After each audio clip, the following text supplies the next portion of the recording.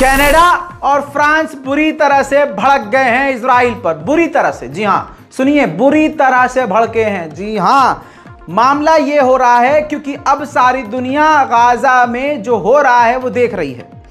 और एक लेवल होता है बेगैरती का, दुनिया के जितने भी बेगैरत देश हैं सबकी जो गैरत है थोड़ी थोड़ी सी जाग गई है कि यार ये तो बहुत ज़्यादा हो गया, ये तो हद से ज़्यादा हो गया।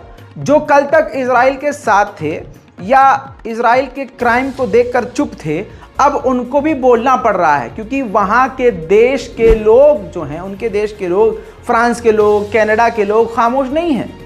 तो दबाव में वहाँ की सरकार भी आ गई है और सरकार तो खुद ही अपनी आंखों से देख रही है कि इजराइल एक्चुअल में क्या कर रहा है, जेनोसाइड कर रहा है। तस्वीरें दुनिया के सामने हैं, तस्वीरें चीख चीख के बोल रही हैं कि इजराइल वॉर क्राइम कर रहा है, जिसके बाद कनाडा बुरी तरह से भड़क गया है इजराइल पर। जी हां, कनाडा के प्रधानमंत्री जस्टिन ट्रूडो ने जोरदार तरीके से आलोचना करी। उन्होंने साफ तौर से कहा कि इजराइल को तुरंत इसी वक्त इमीडिएटली बच्चों को, जो गाजा के अंदर बच्चों और आम लोगों को मार रहा है, उसको बंद करना चाहिए।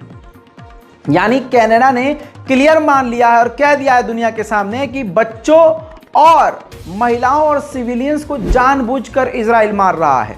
जस्टिन ट्रूडो ने आगे ये भी कहा कि जो कुछ तस्वीरें आ रही हैं गाजा से, वो दिल को दुखाने और दिल को तोड़ने वाली हैं।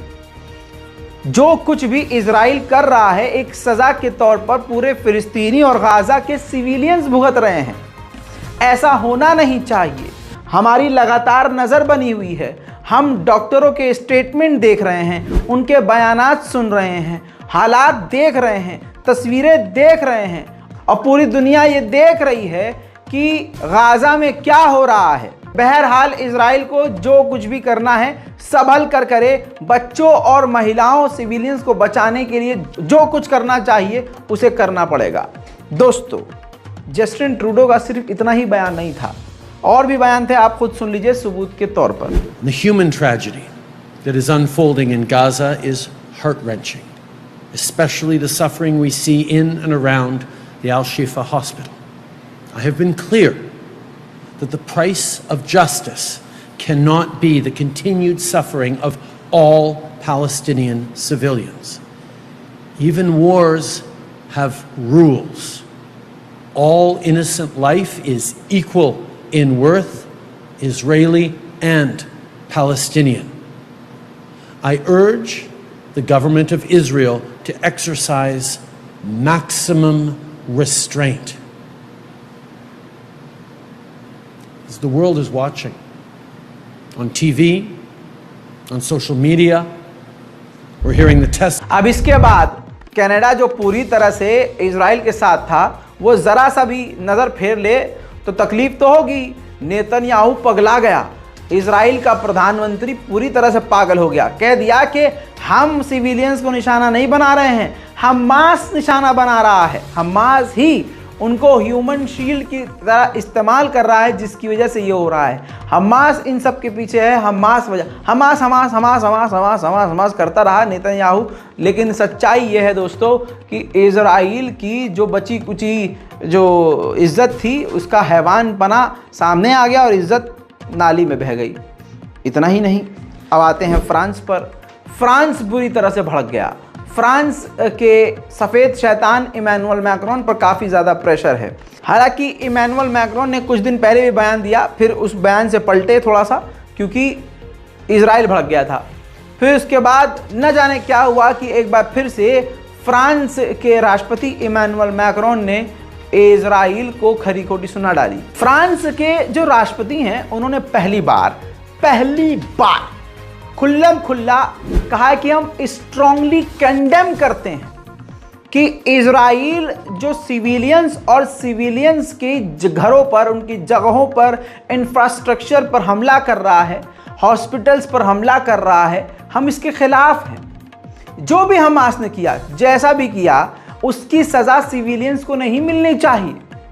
और इजराइल ये जो कुछ भी कर रहा है सिविलियंस के साथ, हम इसके खिलाफ हैं और इजराइल को तुरंत सिविलियंस को निशाना बनाना बंद कर देना चाहिए। समझ गए दोस्तों। तो फ्रांस भी पूरी तरह से अब बयानबाजी कर रहा है और इजराइल के खिलाफ बोल रहा है। अब सवाल यह है कि कनाडा आखिर प्रेशर में क्यों आया। कनाडा का बयान आपको सुना दिया, बता भी दिया। देखिए, कनाडा की जो जनता है, चाहे वो मुसलमान हो, चाहे वो ईसाई हो, सब ये देख रहे हैं, पढ़े लिखे लोग हैं, कि इजराइल ही वॉर क्राइम कर रहा है।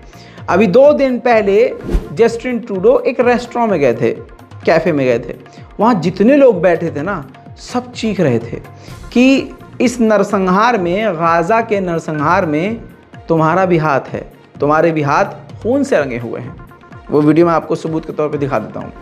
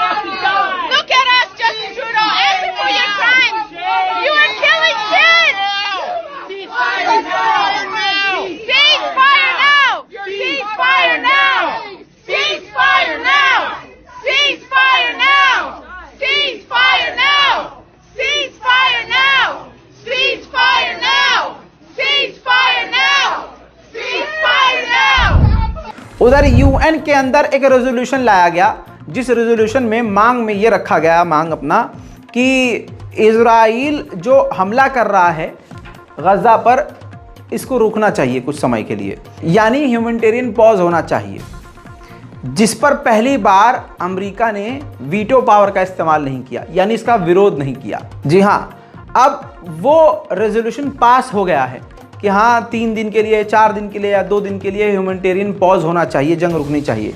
लेकिन बात सारी ये है कि इजराइल किसी की नहीं सुन रहा है। वहीं फिलिस्तीन के राष्ट्रपति महमूद अब्बास ने कहा कि हमास से लड़ाई के इस बहाने से असलियत में इजराइल फिलिस्तीनियों के अस्तित्व को, यानी फिलिस्तीनियों की प्रेजेंस को और उनकी मौजूदगी को मिटाना चाहता है।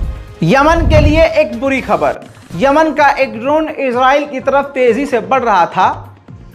रेड सी के अंदर उस वक्त अमेरिका का युद्धपोत मौजूद था। अमेरिका के युद्धपोत ने यमन के उस ड्रोन को, जो तेजी से इजराइल की तरफ बढ़ रहा था, मारकर गिरा दिया है। वहीं नेतन्याहू की फिर से धमकी आई है। नेतन्याहू ने हमास को धमकाया है कि पूरे गाजा में अब हमास के लिए कोई भी सेफ प्लेस नहीं बचा है। वहीं दोस्तों, जॉर्डन यूएन पर भड़क गया है। जॉर्डन ने इल्ज़ाम लगाया है यूएन पर कि जिस तरह से इजराइल ने अस्पतालों पर हमला किया और यूएन ने बिल्कुल चुप्पी साध के रखी, साफ तौर से चुप रहकर यूएन ने इजराइल का जेनोसाइड में और अस्पतालों पर हमला करने में सपोर्ट किया है। वहीं दोस्तों, एक और बड़ी खबर, इजराइल के डिफेंस मिनिस्टर ने सामने आकर इस बात का ऐलान किया है कि हमारी मिलिट्री ने, आईडीएफ ने गाजा सिटी पर पूरी तरह से कब्जा कर लिया है, कंट्रोल कर लिया है। सुनिए। ראיתם את החיילים של גולני יושבים בפרלמנט של עזה. הדבר הזה הוא רב משמעות.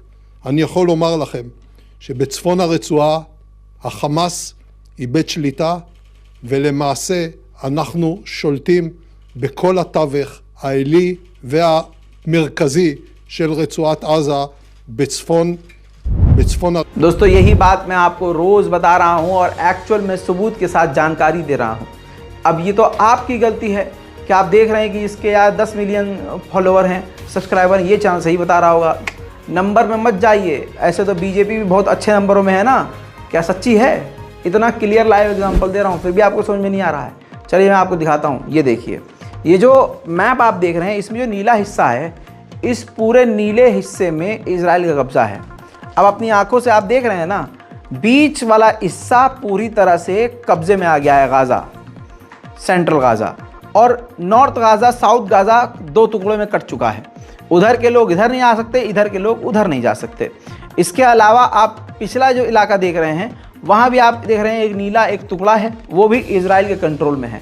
और दिन प्रतिदिन हर दिन ये नीला रंग यानी इजराइल का कब्जा गाज़ा पर बढ़ता जा रहा है। फिलिस्तीन के राष्ट्रपति महमूद अब्बास मिले हैं अमेरिकी डेलीगेशन से और अमेरिकी डेलीगेशन से कहा है कि अमेरिका प्रेशर करे इजराइल पर कि वो इस जंग को रोके और सीज फायर करे।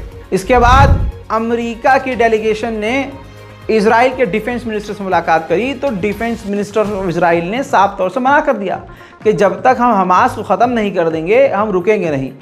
जबकि आज सारी दुनिया जानती है हमास बहाना है, निशाना गाज़ा को फंसाना है, पूरी तरह से गाज़ा पर कब्जा करना है। देखिए दोस्तों, इजराइल पर भरोसा करना कितना ख़तरनाक साबित होता है। इजराइल ने नॉर्थ गाज़ा सभी को भेज दिया कि आप इस इलाके में खान यूनिस इलाके में चले आइए, उधर आपके ऊपर हमला नहीं होगा। अब ये पर्चा गिरा रहा है इजराइल, कहाँ पर? वहीं जहाँ पर उसने सेफ जोन बताया था। खान यूनिस के इलाके में पर्चा गिराकर सेम वही धमकी दे रहा है कि इस इलाके को खाली कर दीजिए, यहाँ हम हमला करेंगे, आपके साथ कुछ ऊंच नीच हुई या आपका कोई मारा गया तो हम जिम्मेदार नहीं हैं।